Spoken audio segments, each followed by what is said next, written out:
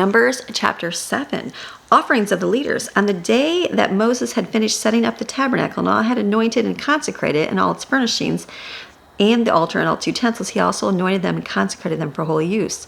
Then the leaders of Israel, the heads of their father's household, made offerings.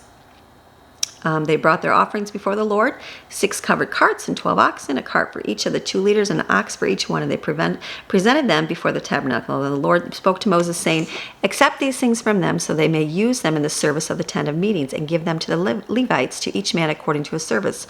So Moses took those carts and oxen and gave them to the Levites. He gave 2 carts and 4 oxen to the sons of Gershon according to their service in transporting the tabernacle, and he gave 4 carts and 8 oxen to the sons of Merari according to their service. They were transporting the tabernacle under the supervision of Ithamar and the sons of Aaron and the high priest. But to the sons of Kohath he gave nothing.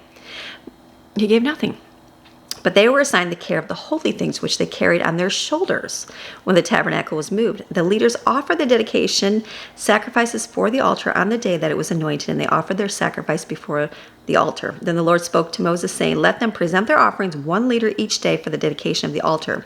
Now the one who presented his offerings on the first day was Nahshon, the sons of Amminadab and the tribe of Judah.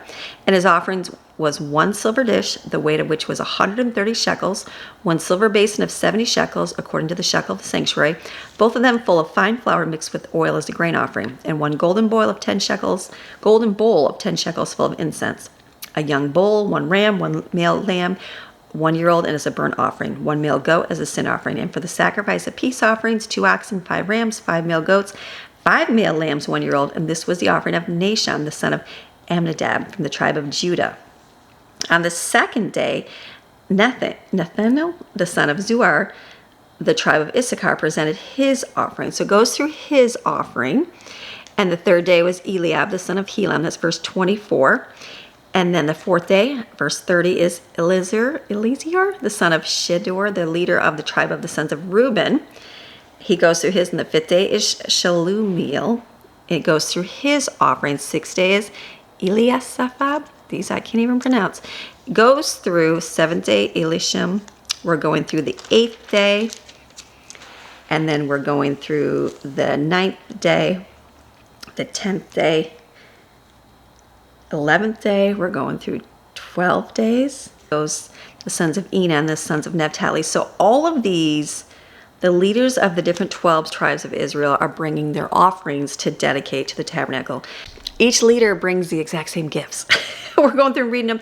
They're listed one by one for 12 days straight, right? The chapter ends with Moses hearing God's voice from the mercy seat in the tabernacle. And that's at the end. It says, verse 89 says, "Now when Moses went into the tent of meeting to speak with the Lord, he heard the voice speaking to him from above the mercy seat, the gold cover that was on the ark of the testimony from between the 2 cherubims, and he spoke by special revelation to him." That's pretty cool, right? And so when you're reading this chapter is very repetitive. We're reading each one. I would go through and read each one, but they're the same thing over and over and over, but very repetitive on each one. But when we get to the end of all this, it's like you think, okay, Moses, we get it. We're seeing all the things that we're doing. But no matter how many times it's given, like God's grace is amazing, isn't it? Like every single one, he comes, like think of how repetitive we are over and over.